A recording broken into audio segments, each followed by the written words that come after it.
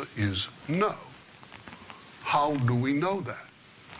Well, if you were able to see a problem and analyze the cause of the problem and understand what was causing it, and then sit down and think about what should we do about it, you would have a coherent, you would put together a coherent, consistent policy to deal with it. They don't know what to do. They haven't a clue. They're in panic mode. So they try everything in their brother. It reminds you exactly of what FDR and his brain trust did during the Great Depression. They had no clue about what to do. So it was try this, try that, regulate this, fix that, do this, do that. And they didn't get us out of the Depression. Many people think that we got out of the Depression with World War II, but that's not true. Obviously, the unemployment rate went down with World War II. In a country half the size we are now, they put 12 million men into uniform. Well, some of them were women, but the overwhelming bulk were men. Well, imagine taking 24 million Americans today, which would be the equivalent, and putting them in the military. Well, the unemployment rate would fall through the floor, right? Okay? I mean, you increased 24 million jobs like that overnight. So, I mean, that's crazy. More importantly, most of the stuff, or an awful lot of the stuff we were making during the war was not going to satisfy people's wants, which is the purpose of an economy. It wasn't going to feed and clothe people and all that kind of stuff and provide them with cars and refrigerators and houses. It was going into stuff that was going to be blown up. Ships, tanks, planes, and men that got trained and got blown up, right? And all that, who cares? You know, but anyway, so Roosevelt didn't have an idea. These people don't have an idea. So let's just get some idea of what's going on. So the SEC says, okay, the market's going down, and one reason the market's going down is people are short in the market, so we're going to stop shorting at least the financial institutions. Well, what's a short sale? Well, a short sale is when somebody who doesn't own stock but thinks the company's going down, like right now, you might think General Motors is going to go down some more, which it could well do. So you want to sell General Motors stock, but you don't have it, so you borrow General Motors stock.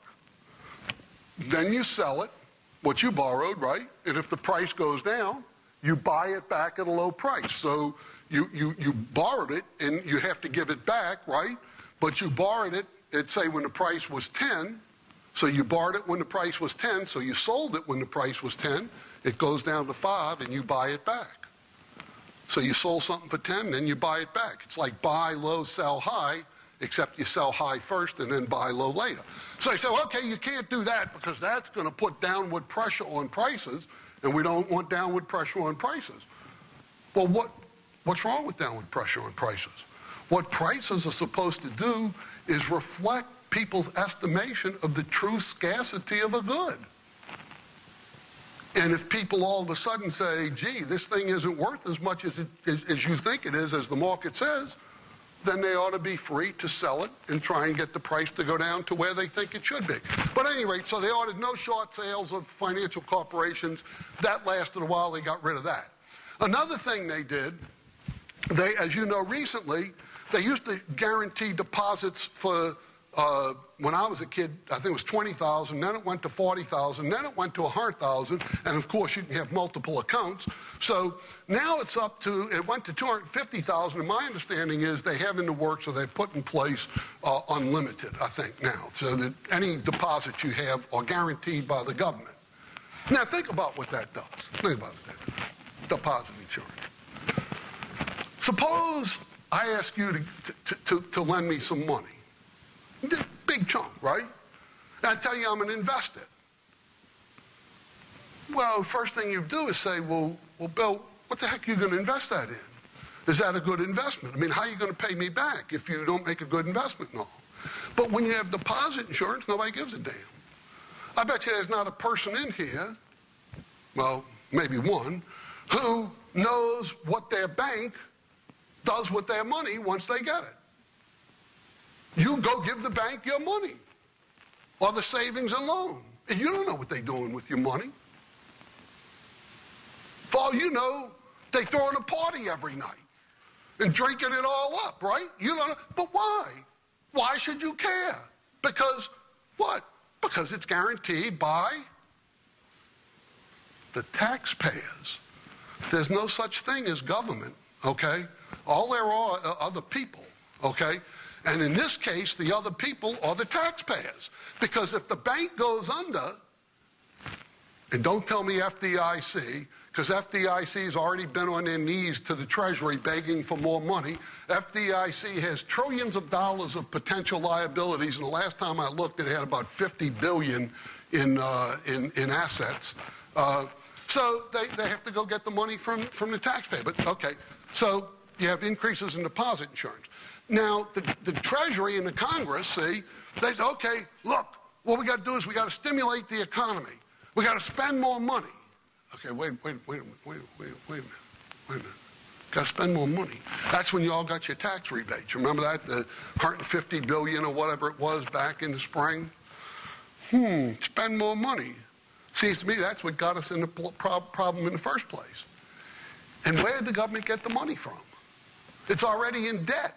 It's running a deficit.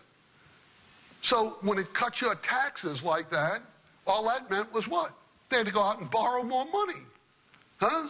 They didn't have the money to give tax rebates. They had to go borrow it, right? By the way, now, the second fiscal stimulus, this one they're proposing about $300 billion. And what are they going to do with the $300 billion? This one, you're not going to get your tax rebates. This one, they're going to use for infrastructure mostly. You know, go out and build roads and bridges. I don't know, to nowhere? Who knows? But roads and bridges and all that stuff. Where are they going to get the money? Where are they going to get the money?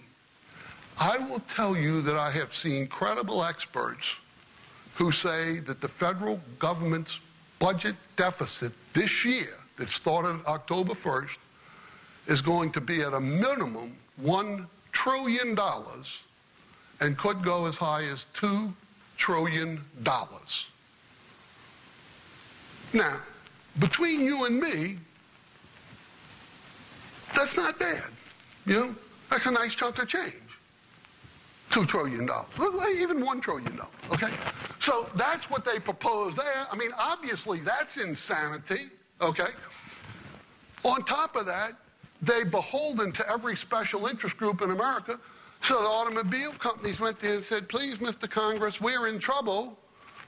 Bail us out. If you're going to bail out the financial industry and the housing industry, why don't you bail us out? And Congress did what? Said, lend them $25 billion. Reminds you of that commercial in New Orleans. They used to have the special man, right? Let them have it, you know? So let them have it, you know? So $25 billion to the automobile industry. That's just the beginning. Our automobile industry is finished, okay? I want to tell you, it's finished. The Japanese automobile industry, the Japanese companies are well run. They'll keep going. They're fine. The only way our automobile industry, that is Ford, General Motors, and Chrysler, are going to survive is on continuous handouts from the taxpayers. There's no way out of it, folks. I mean, that's all there is to it. You would have to look at their cost structures with their built-in cost disadvantages to the others. And you would have to see how that came out of the Great Depression also with Roosevelt and a big